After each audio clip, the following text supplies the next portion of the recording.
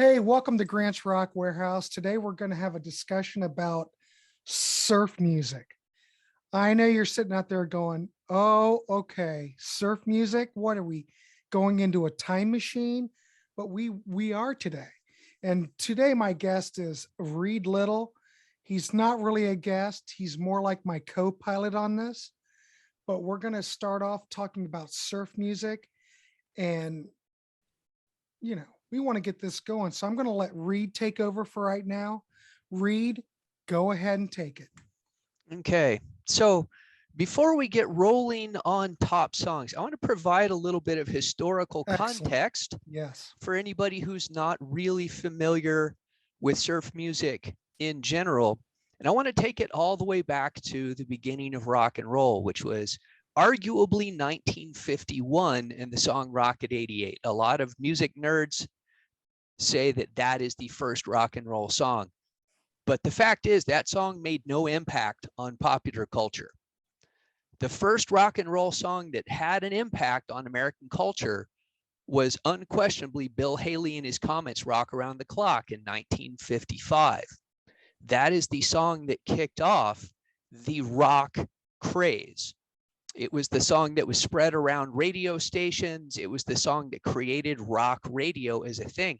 It was so popular that they even made a movie called Rock Around the Clock that came out in 1956, I believe. Yes. So that's really the start of rock and roll for my purposes. And looking at it now from more than 70 years later, well, not quite 70 years, from 55, it's easy to think that rock and roll is just this big monolithic thing that has never stopped. And that's not true. Rock and roll only lasted a couple of years. It was considered a fad. And by 1960, already traditional rock and roll had been pushed aside by the twist, most famously embodied in Chubby Checker's version of the twist, although that was a cover song. He did not write that song. But everybody was doing versions of the twist. And this I find particularly funny. The twist is so popular by 1961 that they redo the movie Rock Around the Clock and call it Twist Around the Clock. It's the exact same plot. They just changed the musical guests, not including Chubby Checker, which is interesting because he had by far the most successful version of the twist. So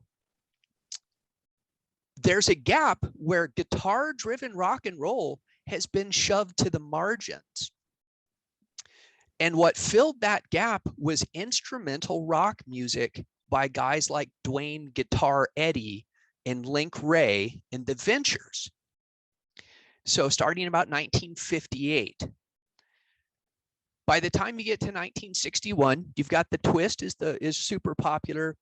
And then the rest of popular music was made up of these really highly produced, very orchestrated, guys singing in falsetto choruses.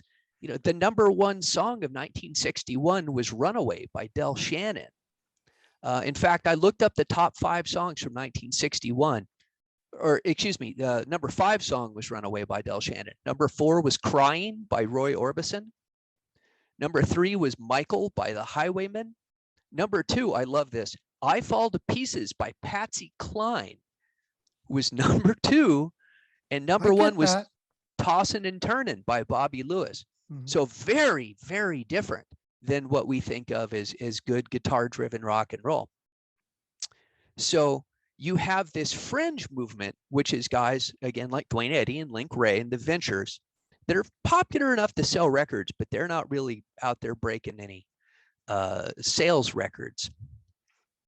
Now, if you were a kid in 1960 who had got your first Fender guitar and your first Fender amplifier, you were not going to go to your garage and become a member of the Wrecking Crew. The people that were recording those albums in the 60s were the best musicians on the planet. They were amazing. But they could listen to Dwayne Guitar Eddie doing his famous one-string guitar lines and go, you know what? I think I can do that. I think Exactly. I can do the Ventures. And those guys, not surprisingly, it's not entirely based in Southern California, but that's really where it takes off. And in 1961, these kids become their own genre, which becomes known as surf music because of their playing at clubs that are literally on the beaches. If you think about youth culture in California, it's all these beautiful tanned kids that have a lot of free time on their hands, and they are down at the beaches. And after they go surfing, they want to party. So all of these ballrooms had house bands, and these house bands were playing instrumental rock music. And to cater to their surfing clientele, they started giving their music the names of surf things. You know, you're talking about instrumental music, so there's nothing to inherently tie it to surfing, right? Other than the names of the songs. So now you've got partying surfers dancing to this instrumental music, and surf music is born. The other thing that's really important in this is the Fender reverb tank. Yes. So prior to 1960, I think it's 62 actually, that the reverb tank is created. Yeah. They've got Fender amplifiers and they've got Fender guitars. Famously, Fender tried to put out a couple of new guitars, the Jaguar and the Jazzmaster, that were their top of the line models, and nobody would buy them. So now the music stores are dumping them cheap. Well, they were buying them back then. It was when Hendrix came through. That's when everything changed. Well, yeah, but they couldn't sell them to the jazz guys, which is, the No, they didn't want Jazzmaster 'em. They didn't was want 'em. literally intended to be a jazz guitar. Right. So they ended up getting pretty heavily discounted.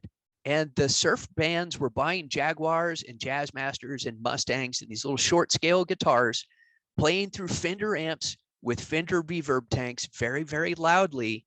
Mhm. And you add these really frenetic drummers, and all of a sudden you've got the stereotypical rock sound. And this is why, as a heavy music fan, whether you know it or not, surf music is very important to the lineage of the music that you love. Exactly.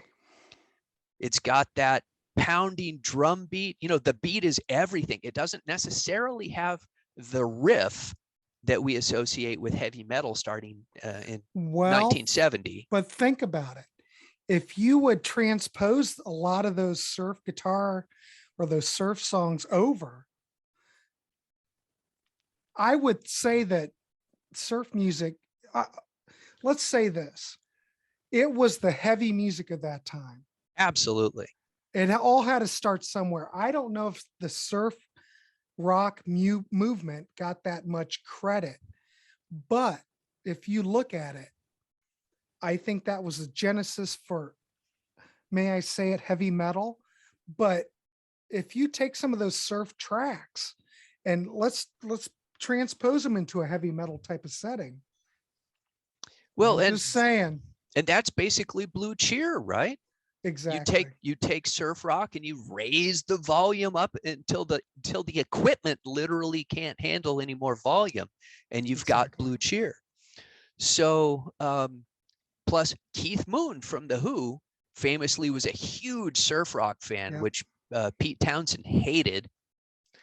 And if you listen to his frantic drumming on The Who, that is surf rock drumming. It is.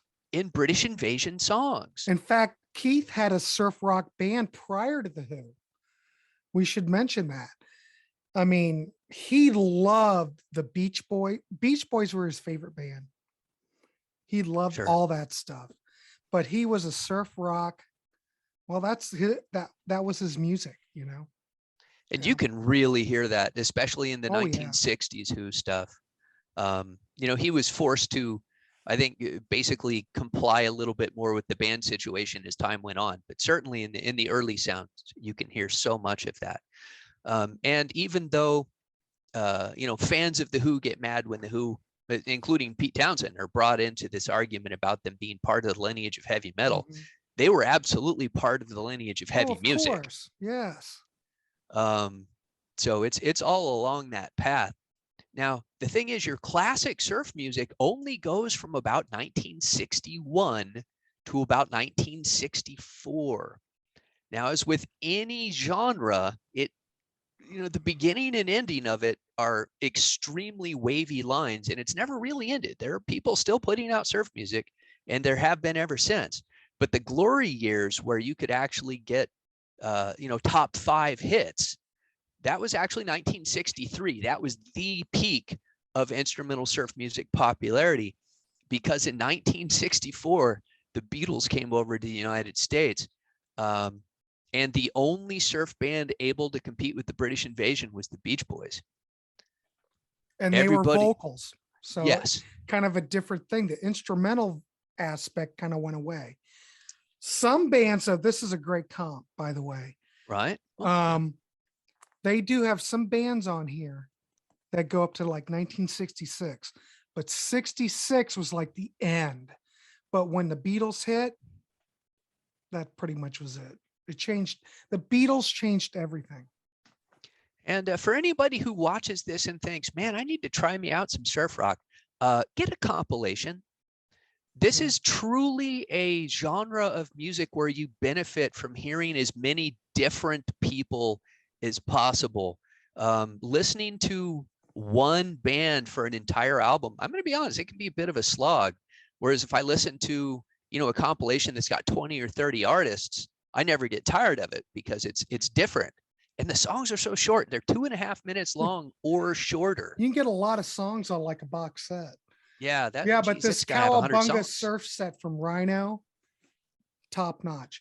And the guy who put together this, which is Surf Age Nuggets that came out later. Right. These are a lot more obscure artists, but just as important as what came on the Cowabunga box set. But the problem is both of these are out of print and they're not cheap now. Right. But both highly recommended. And I'm sure now I did not go to YouTube because I have a bunch of surf rock. But I bet if you just went to YouTube and looked up somebody's, YouTube music or Spotify and looked up somebody's surf rock playlist, there's probably lots of things. Although you're guaranteed to find at least some of the same songs on everybody's, and we'll kind of get into why. So that's my incredibly brief, extremely overgeneralized history of surf music and kind of how it plays into modern music. What do you think? I think it's great. And, a lot of these metal enthusiasts, if they really want heavy stuff, this is really where it started. Even though I don't think a lot of the people that are into those genres think about it. And I don't know if that many people have talked about it, but I think we wouldn't have metal if it hadn't started where it started with the surf rock. Because if you, like you said before, this was the heavy stuff of that era. I have an additional anecdote on that exact same subject that I'm going to throw in actually once we get to it. Okay. So as we were talking about doing 5 top songs, and by the way, I'm cheating because I've got a tie. So I've got 6. You can have a tie. It's fine. I've got 6 songs. And I was trying to rank them, and I decided I'm just going to throw it out chronologically. Because I don't know that I really like any one of these songs better than any others, but they are, to me, in the upper echelon. Oh, and one more thing, and Grant already talked about it, the danceability. Surf rock was so danceable. It was party music. These kids wanted to party. They had money. They had cars. These are things children never had prior to the end of World War II. So now kids have spare time, they've got money, and they've got cars, and they want to get away from their parents, and they want to party and listen to aggressive music and all of the other things that went along with it. I'll just leave it at that. So there you go. While I was listening, I told Grant this already, but while I was listening to these songs, my wife walks into the room as I was listening to some of it. She was like, this stuff is just so danceable. I was like, yeah, I know. Well, it was of the era, and that's what the kids wanted, You know, it was so important. If you go back and look at, I am many types of nerd. One of the types of nerd I am is I am into genre cinema. Mhm. And if you go back and look at the exploitation movies of the early 60s, the movies that were aimed at a teenage audience, Mhm. that were designed to be seen in drive-ins by kids in the Midwest who wanted to fantasize that they were living on the West Coasts and having a much better lifestyle than they probably had. It was beach party movies and horror movies, and both of them had a lot of appearances by these surf bands. It is Mhm. so weird to be watching some ultra low budget, you know, beach movie from 1961, and suddenly you're like, wait, is that Dick Dale? It is. It's Dick Dale and the Deltones. And they do some song that you've never heard of because it was recorded for the movie soundtrack. And in typical Hollywood fashion, we could do an entirely other show on this. Yeah, The no bands that they doubt. hired to do these movies weren't allowed to do their own music. They just wanted the name. It's like Elvis. Elvis never did any of his music, but when Elvis was the most bankable box office star in the country in the Right. 50s and 60s, it was all music written by people that had no idea what Elvis was supposed to sound like. So you might see Dick Dale and the Deltones over, you know, like on the marquee, and on stage they're up there miming and they're playing some song that has nothing to do with the music that they did, which I always find that kind of fascinating. But now that I'm, shall we say, of a certain vintage myself, I kind of understand not getting the youth. Well, I don't get the youth now. No, I'm at that point where, you kids get off my lawn. So yeah, I hear you. we all get there. All right. So ready to move on to the Let's go. You okay. want to So go ahead and, since you're on a roll, just go ahead and give me your, and I'm like you, none of these are just 5 tracks that I love. None are any better than, I'm just throwing them out there. So, do you want to go back and forth? I'll do uh, one, then you throw one out. yeah, that's fine. Let's just do that. It's fine. Okay. All right. So the earliest one that I've got, because I couldn't get an exact date, I know it came out in 1961, and this ties into some previous things, is from Link Wray and his Raymen, and it's the song Jack the Ripper. Yeah.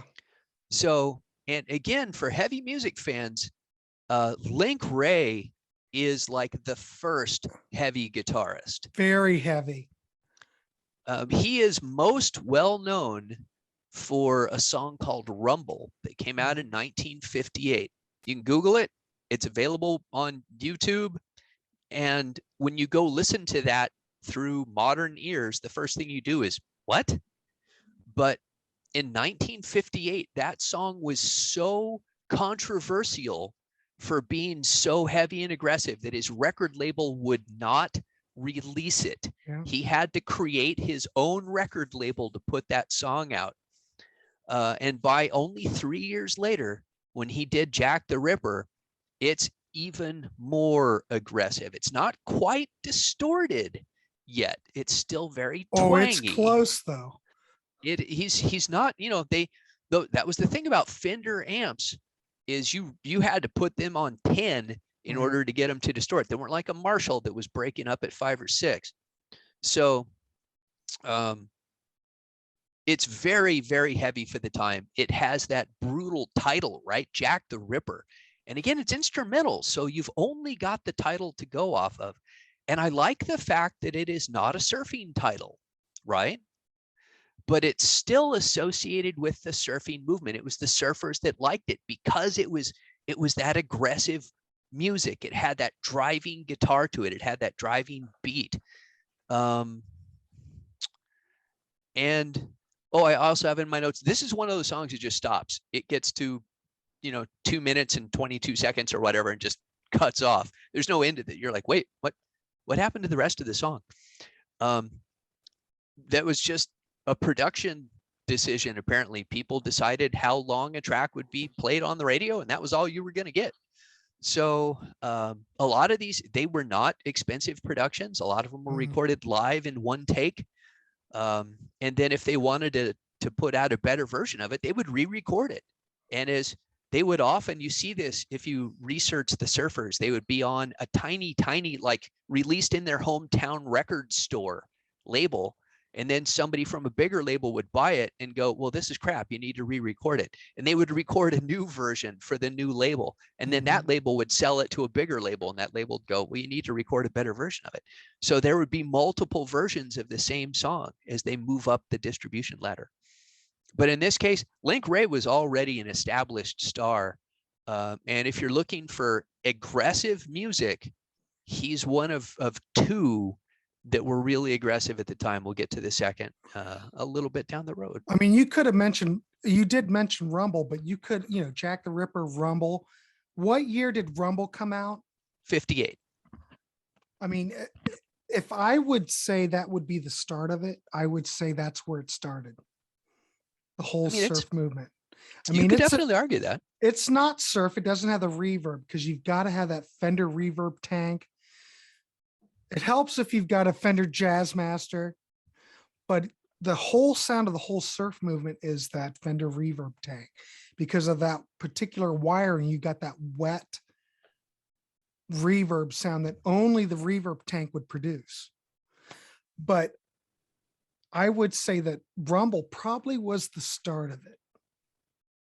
I mean, everybody that was into that whole surf movement had to be influenced by Jack the Ripper and probably Rumble. I don't know. I'm just throwing that out there, but it was such an influential track that I would assume that had to have some kind of influence. Those and the Ventures, I think. Ventures, Link Wray and the Ventures. The Ventures were probably even more because they were a little bit more upfront, right? A little bit more out there. They were, they sold way more records than Link did. But Link was dangerous.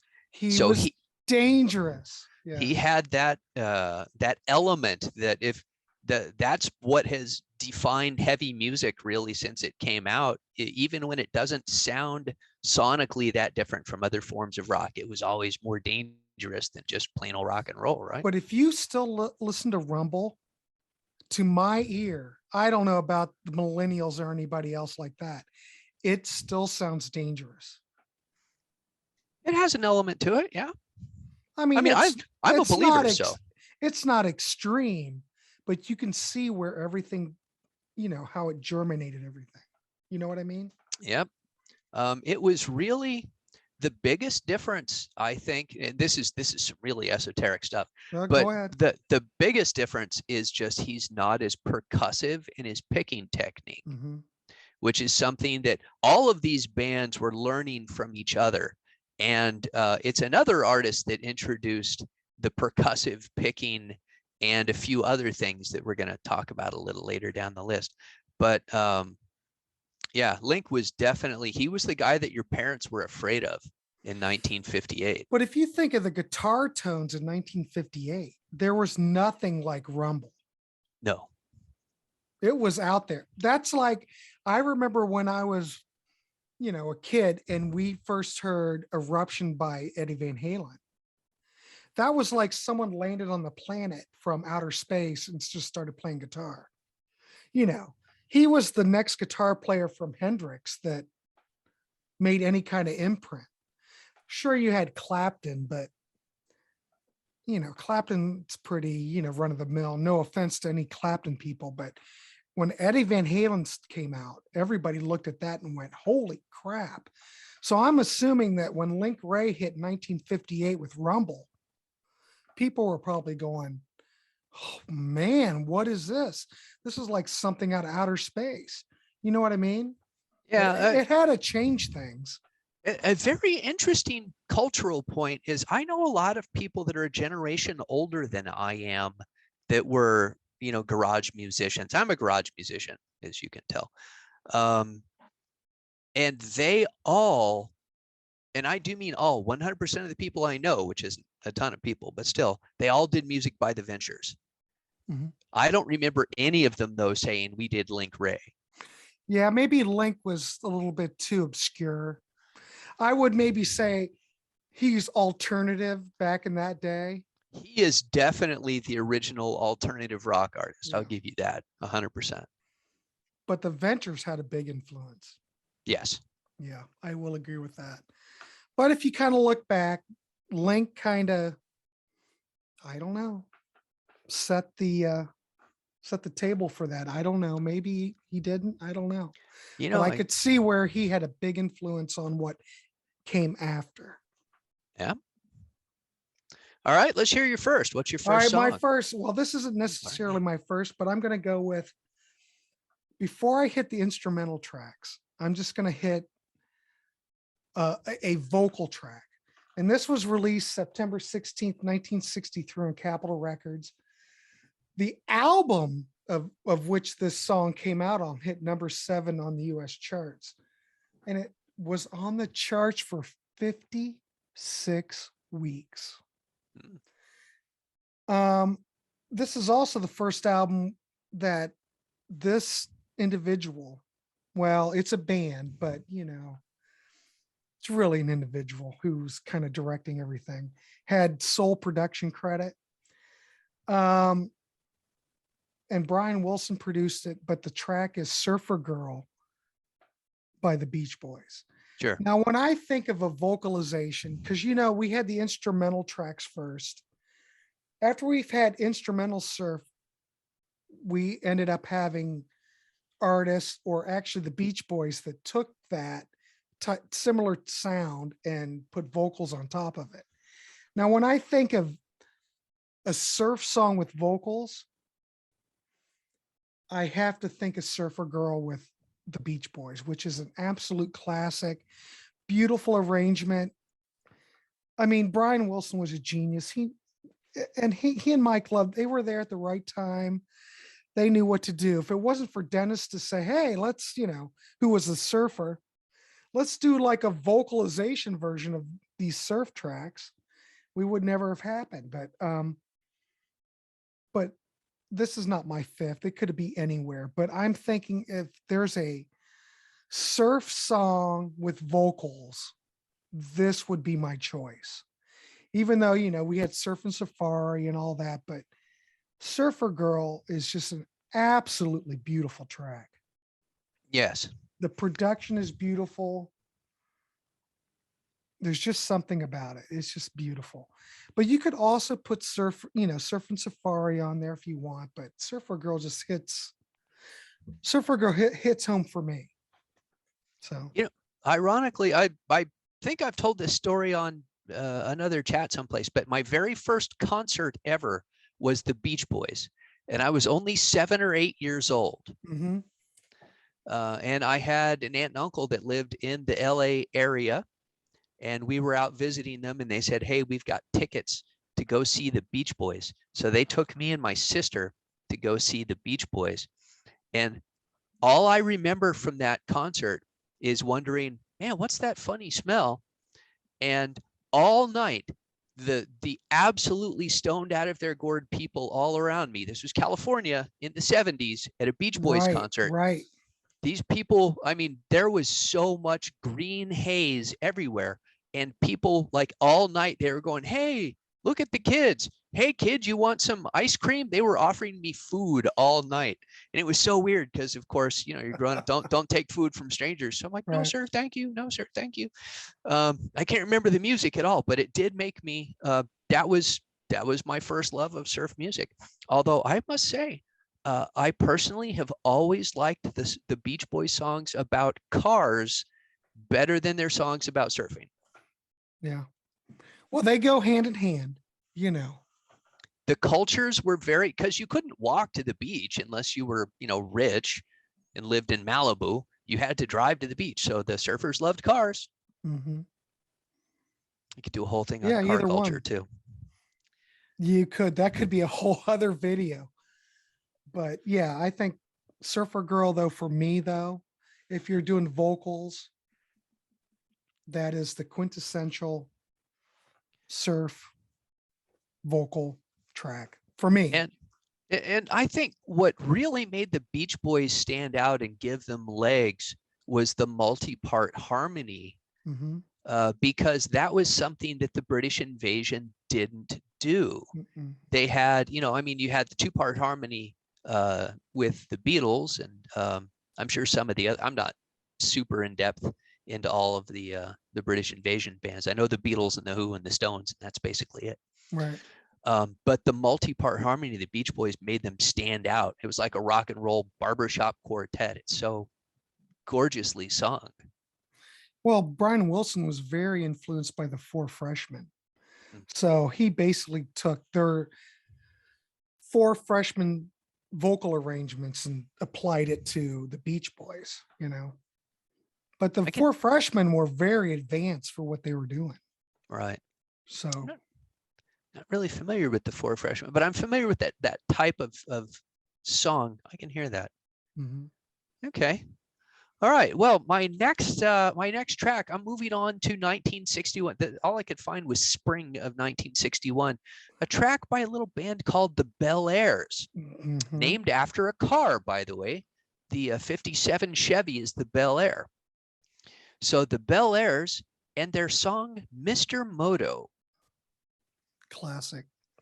So Mr. Moto, for those of you who are not familiar, is a series of books.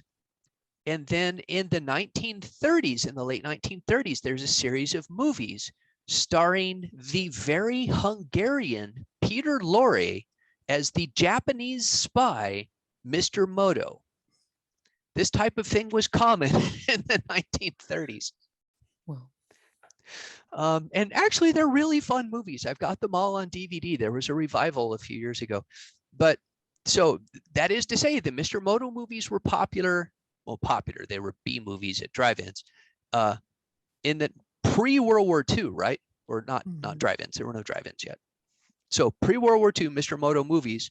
Post-World War II, now we've got surf rock, and there are drive-ins now, and the drive-ins need some sort of filler to put up on the screen, and they buy all of these old movies. They buy the Universal horror movies, they buy the Charlie Chan movies, they buy the Mr. Moto movies.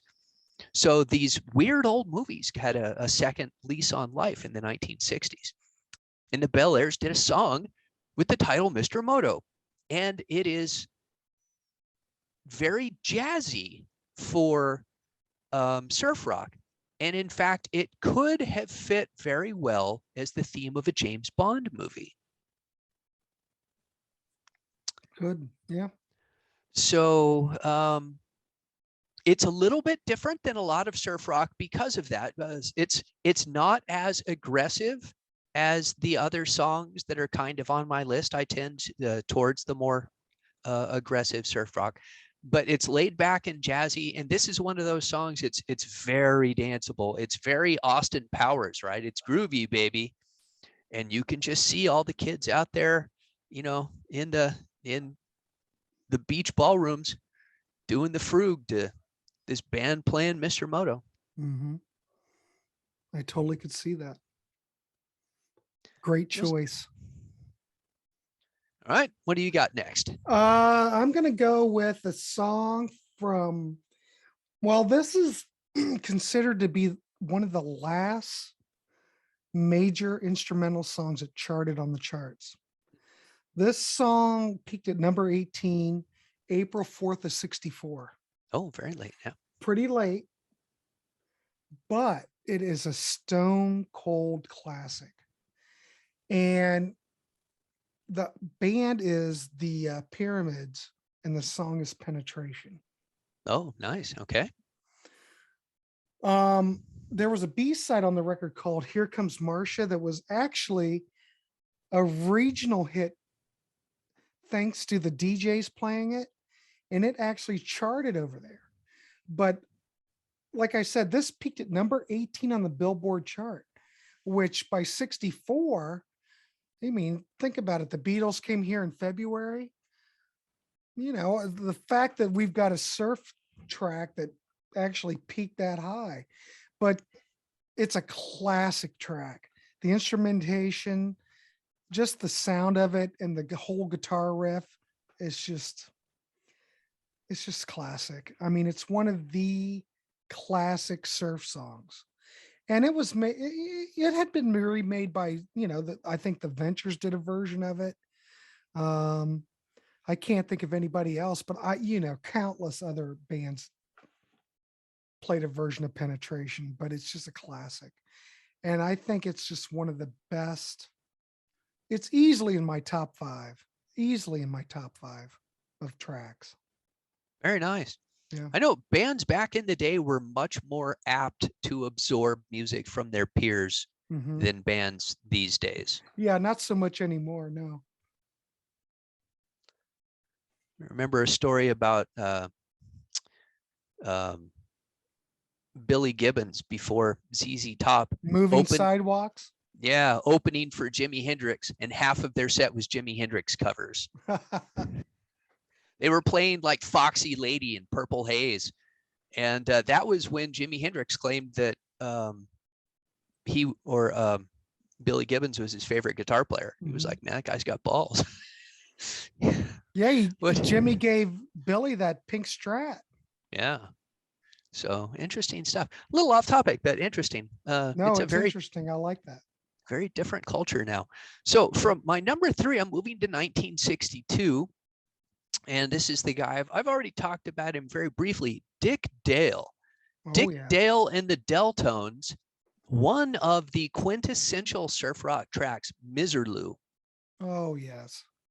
So Miserlou is kind of a fascinating study in perceptions because Miserlou failed utterly at the time of its release. Dick Dale had a cult following that he never really outgrew. And in fact, now his music is far more popular than it was back in the day. And Miserlou, of all things, gained national notoriety because of the movie Pulp Fiction. It's used in the movie Pulp Fiction. But in the day, he was just a regional band. But Dick was responsible for a lot of things that translated into heavier rock later. He was the guy that invented that really percussive right hand or left hand. I think he's left-handed. I should have looked that up. No, he's left-handed. But he's got a hand like a jackhammer, picking hand like a jackhammer. Very percussive. And he invented the slide. The first time I'm aware of it being used in a rock song was in 1962. And that was one of those things like Billy Gibbons coming up with the harmonic pick squeal. Everybody started copying that instantly. Pick scrapes and slides and all this little extraneous noise. And that stuff wasn't possible earlier because the amps weren't loud enough. To hear those, you have to have your amplifier cranked up to where you hear all, every little noise that you're making on the guitar. And that was all considered, well, it was just noise. It was undesirable. So it takes somebody with a big personality to say, no, this undesirable stuff is my style. I'm going to make that part of the music. And it's really funny because my first exposure to Dick Dale was in these old cheap movies, and you watch him singing these really lame songs and you're like, I'd heard this guy was hardcore and this is really awful. And then you hear the music he actually did and go, oh yeah, this guy was actually really hardcore. He was bad. Never very popular during the, he's still, as far as I know, still alive. Again, I should have looked that up. Dick died like, did he die? God, I want to say 4 years ago, maybe. See, this is when you get old and your time compresses. I used to know a lot of Dick Dale fans. It was really popular at the Guitar Center in Oklahoma City. The guys that working at the Guitar Center used to wear Dick Dale t-shirts all the time. So he was still touring in the 90s. But I saw him in the 90s. He played at the Newport Music Hall in Columbus, Ohio. We went and saw him, and he was very loud. He had his his old dual Showmans back there. He had 2 Fender Reverb units. suspended from the ceiling because he claimed that if they were like sitting on something, it just hindered their what's the word? It hindered their ability to be reverb. I don't know. But anyway, literally, he had them suspended from the ceiling. Huh. And he was loud, and I've never seen anything quite like it. And I only saw Dick once, but it was amazing. It was one of the reasons that amazing. I think he maybe wasn't as popular is Lou is a little bit faster, and actually it was possibly too fast to dance to. I would agree. So he maybe, if he had dialed that back just a bit. Oh, and one of the other things I love about Lou, even though Dick Dale is such an influential guitar player, it's got a freaking trumpet solo in it. Well, and I think that's Dick playing it. Oh, now see, I did not look up enough to know. I didn't even know he played trumpet. So that would be I think something. he played trumpet. Someone could correct me on this, but I'm pretty sure he played trumpet. I'm not. Okay. It's all that worthless information I have trapped somewhere. So, I mean, I'd buy it, but yeah, I just might. think it's funny to have all of this, guitar driven music, and then there's a trumpet solo, and you're like, oh, that's an interesting choice. But it's that really makes it stand out, right? Because it's very different. Yeah, and Quentin Tarantino made note of that because the Pulp Fiction soundtrack and what he had chosen for that, it totally fit Pulp to a T. I mean, such a great film, but man, what a great soundtrack. Totally fit that to a T. But, it's interesting the effect that soundtracks can have on pop culture, like with the Guardians of the Galaxy soundtrack, and all of a sudden that was #1 on Spotify for weeks and weeks and weeks, that whole playlist. I'm not sure, but didn't Miserly like re-chart after Pulp Fiction? Well, if I think I it was remember right. Yeah, I don't think it recharted. I think it charted. I don't think it charted the first time. Yeah. It was yeah, I do believe I heard it on the radio, and I think it charted. They might have released that as a single again. But so that kind of set his whole career back on fire. That's when you started seeing Dick back out on the road, Yes. So, and now it's considered one of the quintessential tracks, but at the time it came and gone, and nobody paid it much attention. But Miserly, check it out. Yeah, it's top notch. All right, I'm going to go with something else. It's not quite what you think is in that surf music vein, but we're talking about a track that was released in 1963. Now, this artist was an arranger, a songwriter, record producer. He first came to prominence in the early 60s when he was like the right-hand man of Phil Spector. Believe it or not. Okay. He went on to work with like the Rolling Stones, Neil Young. He did a lot of work with Neil Young, but he also did a lot of work for like film soundtracks. One Flew Over the Cuckoo's Nest, The Exorcist, just to name a few. But this track, like I said, came out in 1963 on Reprise, The Lonely Surfer by Jack Nitzsche. I'm not familiar with that one. Oh my God. Well, basically has the Wrecking Crew playing on the track. But the whole thing is basically, it starts out with a 6-string bass part, which is just absolutely stunning. And it has French horns on it, a brass section. You don't think of it as a surf track, even though it's still in that genre, because the album that it came on was basically surf songs. But think about the Wrecking Crew producing a surf song with that. Let's say you had that whole Brian Wilson Pet Sounds type of sound, but you do like a straight surf song with it. Absolutely stunning. In the rankings, this doesn't get that high, but I just think it's absolutely beautiful. it needs to get more credit, I think. But the 6-string bass on it's just absolutely wonderful. And when the horns and the brass section comes in, it's just great. So yeah, Reed, I would check out The Lonely Surfer from Jack Ninchi. I need to do that. It's wonderful. I take notes on my phone. It's the only way I remember things longer than 2 seconds. So I'm going to make myself a real quick note. How do you spell his last name? Nitzshe. Ninchi. Huh, okay. But yeah, he did a lot of work. He was basically Phil Spector's right-hand man on all those Wall of Sound, productions. But he was a Very brilliant guy. I think he passed away like 10 years ago or something. But he was brilliant. I mean, Neil Young used him for a lot of things. Well, let's face it, 1960 was a long time ago. Like all those string arrangements on Harvest.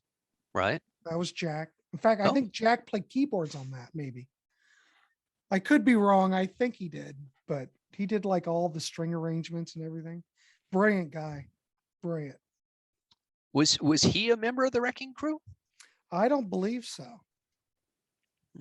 Okay. No. Everybody, if you don't know what we're talking about with the Wrecking Crew, do some research. There's also a great documentary on them that if you haven't watched it, it's an eye-opener about music from basically the late 50s to the early 70s. The Wrecking Crew, they were amazing. All right, my next song turned out to be a kind of sequel that I didn't know about. So I'm going to July of 1963 for Eddie and the Showmen in a little song called Squad Car. Oh my God, I've got that compilation CD.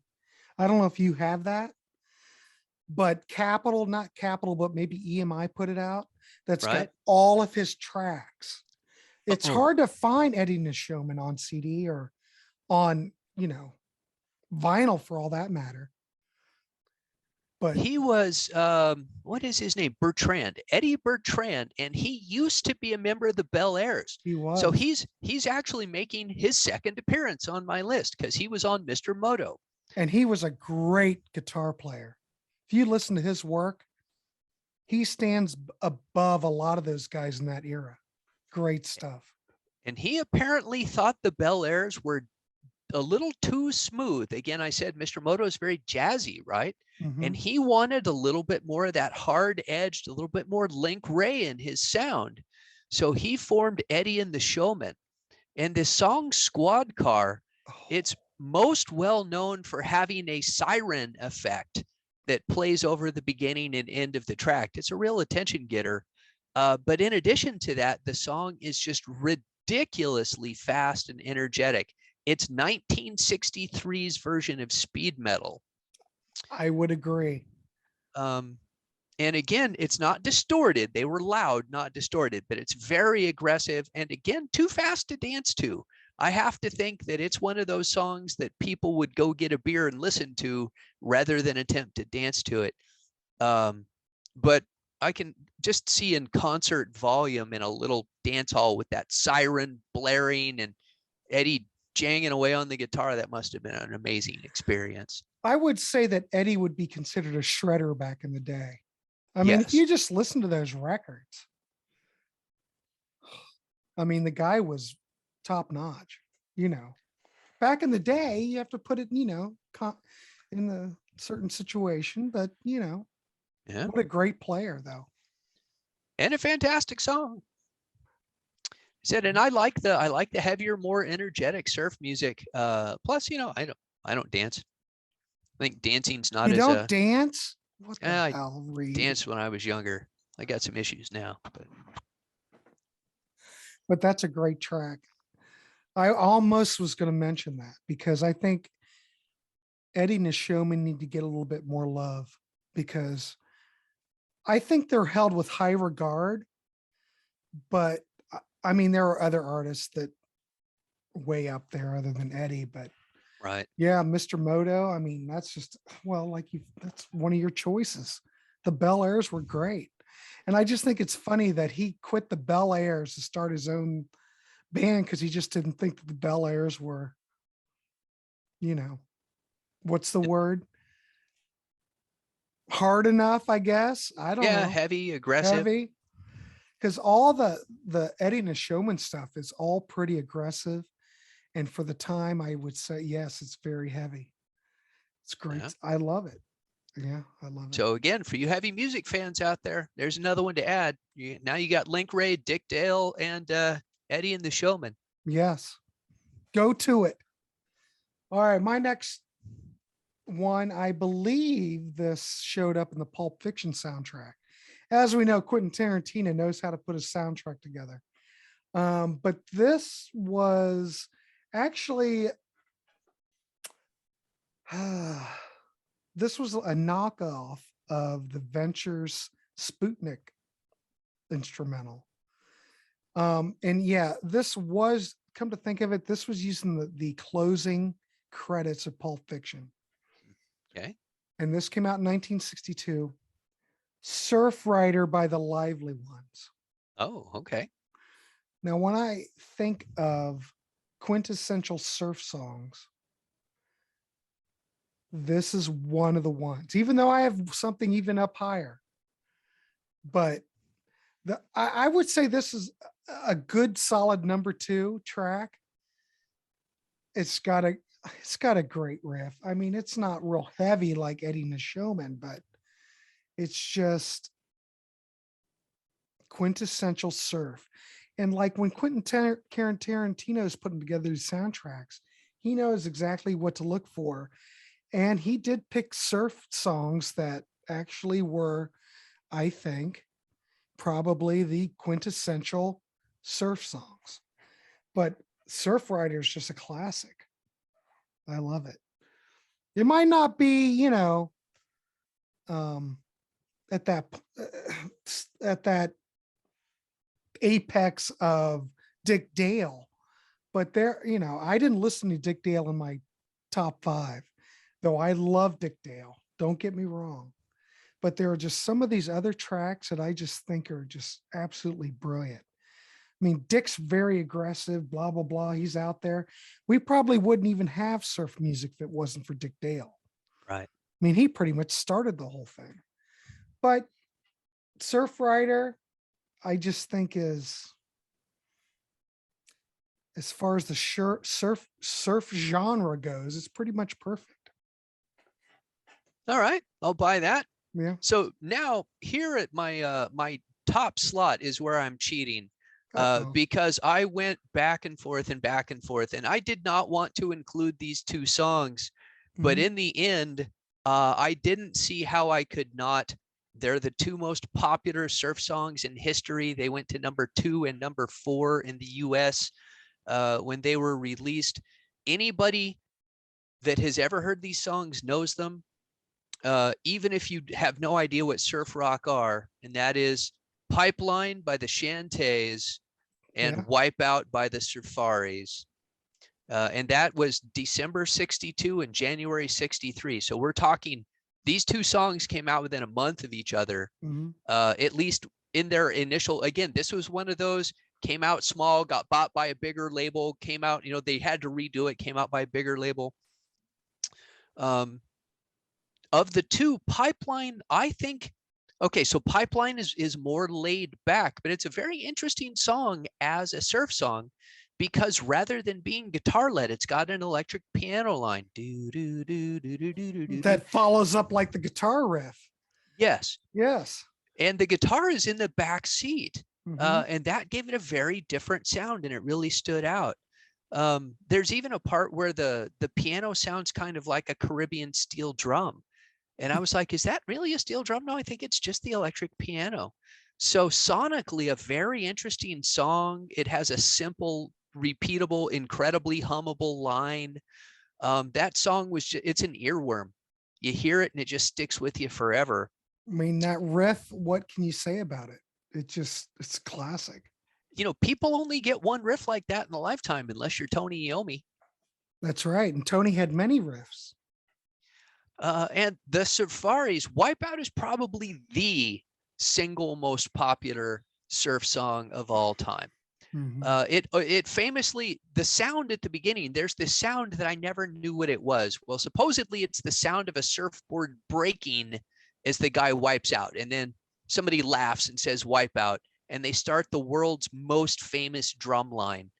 And I suspect that kids are still learning that line when they're taking drum lessons. I mean, I've never taken drum lessons, but I bet they still teach that song. And it is all about the drums. And it has a nice guitar line, but it's got so many breaks for drum solos. It's crazy. And my favorite little factoid, so this is another song that just ends, depending on which version of it you get, because there are at least 4. And what I read was that when they first recorded the song, it was one take, because again, these guys have no money. They're on a tiny little label Yeah. that's just basically released in their hometown. And as they're doing the end of the song, the drummer dropped a stick and is actually slapping his cymbal with an open hand. So when a bigger label bought it, they went, well, that's crap. We can't have that out. And they just trimmed that section of the song off. And that's what you're used to hearing, is that's why that song just cuts off, because you're like, okay, we're just going to trim off everything from We that can't point. have that. We got to get rid of that. But I think that's rock and roll. Lose your stick, just keep on going, right? Mm-hmm. But it has to be the most famous for all of the history of surf music. Everybody knows Wipeout. If you've heard they still play it in shopping malls, and it's like it's been turned into music, and it's been on soundtracks, and like I said, I learned it when I started learning guitar. They taught us Wipeout, and I know they teach drummers Wipeout, and it's freaking everywhere. It's ubiquitous. It's Americana before people used the term Americana. I mean, it was. I don't know anymore. I mean, if I talk to my son who's like 23, I'm not sure if he knows Wipeout. Well, it's high But I time he know learned when it. we were kids, I know we always wanted to learn the guitar part, or the drummers always wanted to learn the drum part to that. I mean, yeah, I agree 100%. It's the quintessential surf song. It changed a lot of things for a lot of kids. Yeah. You I know, didn't want to include it because part of me is like, it's too obvious. But again, I can't overlook it. It's too powerful to leave off of my list. but if you look at other lists, a lot of these other surf lists, they always Wipeout is, like I said, it's the quintessential surf song. That's what everybody, when you think of surf, what's the first track you think Yeah. of? You think of Wipeout. So I totally get it. Well, we're on the same page, because the one that I was going to list at number 1, which is my favorite, even though all these I love, I Okay. was going to go with the Shantae's 1963 song Pipeline. Oh yeah. Yeah. For me, that riff is the next, I would have to agree, next to Wipeout, Pipeline. And how many artists have covered that? Low Straight Jackets, you've had the Ventures doing it. Everybody's done it. Anybody in that surf genre, has probably done it. I've got a version of Anthrax doing it. Well, see, if Anthrax does it, it's a classic. People love that song. It's a great song. I mean, I can't, other than what you said about it, I mean, it had an influence on rock and roll 30 years after it came out. A lot Yeah. of those guys back in the 60s, or early 70s, they'll talk about it and go, yeah, we used to play Pipeline, because a lot of those guys in the early 70s, they were in surf bands when they were younger. All those surf bands would play Pipeline, and they probably played Surf Rider, and they probably played, I don't know, Wipeout. They all played that stuff. They all knew that stuff. Yeah. Um, who was the I- guy in the Eagles? Not they threw him out. Oh crap. brain problem. I always had these, like, my mind, who was it? Don Felder. Oh, Felder, yeah. Yeah, before he was in the Eagles, back when he was a kid. I mean, he was playing all that surf stuff. I remember reading some interview with him, and they were all into that. All those kids, probably Tom Petty when he was a kid, they were all doing this stuff. Beatles changed everything, you know. It's amazing that it went to like 66, because on that one comp, like this comp here, it has a lot of obscure surf tracks that go up to like 66. I mean, we're talking, you know, later on we had like the surf punks, you had the Ray Beats. I mean, you had a lot of other bands like in the 80s kind of had like a little revival, you know. Yeah. Well, I think that's just the story of rock and roll, right? You give anything 10 to 15 years and it comes back around. It kind of comes back around. What didn't come back around this time, though, wasn't the music. It was the wider culture. America had simply moved on from beach culture. Yeah. So that means that the music didn't really have a hook to stick on to, and it never again really regained the limelight. No.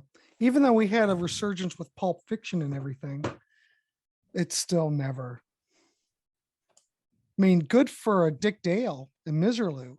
Good for him, but it wasn't to stick. But it's just a snapshot in time, pretty much. But what was it? Maybe a year and a half ago, before the pandemic, we went and saw Low Straitjackets up in Cleveland.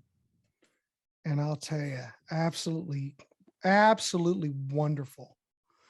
I mean, if anybody's carrying that surf flag, it's them at this point. They had a good crowd, though. I don't know. You know, it was kind of like a small place. I don't know how many people were there, but it was they're such great players. And, you know, at least they're carrying that surf flag to a certain degree. Right. Great stuff. Hey. In fact, I saw him, went and saw Nick Lowe play at in Columbus not too long ago, and Low Straitjackets were his backing band. Huh. Okay. Great. Well, why not? Well, it was wonderful, you know. And then at the end, Low Straitjackets came out and they played some of their own instrumentals and stuff. It was wonderful. But yeah, if anybody out there, if Low Straitjackets come towards you, go out and see them, for crying out loud. It's just top notch. I mean, I love that whole. Obviously, we're doing a show on surf. Of course, I love it. Yep. You know. Hey, and how many places are talking about surf rock these days? That's why I wanted to get in on this one. It's a corner of, you know, and don't get me wrong, the Deep Purple royal family is probably like my favorite thing in the universe. Deep Purple, Black Sabbath, Dio, you know, all of the associated acts. Sure. But some of the margins, the things that I also love, like surf rock, I just don't get to talk about enough. So I was thrilled to get this opportunity. I mean, I don't even know how we decided this. Did I just throw that out? I think I threw it out. Maybe it was you. Yeah. Yeah, I latched on like a fish. Yeah, you know. It's a bait. I hope somebody else watches this video and finds some entertainment from it. Well, not many people are watching my videos yet, but let's hope it grows a little bit. Well, you've got to start, Reed. You got to start somewhere, right? It's all about two things. One is marketing and the other is luck. So and you may want to edit this out by the time we get to the end, but that's all right. Go ahead. So I used to have a little guitar channel where I did guitar pedal demos and reviews and guitar projects, because I also like my V there. I built that guitar. That's when I built and then painted myself. And I had a video where I bought a kit from Stu Mac. They had just released this new line of kits, and I bought one of their kits and put it together, and that video got 60,000 views. Wow. And I didn't do anything to market that because I didn't want, the more eyes you have on something, the more people you have telling you, man, you suck at guitar. And I'm like, I don't need the negativity, right? Right.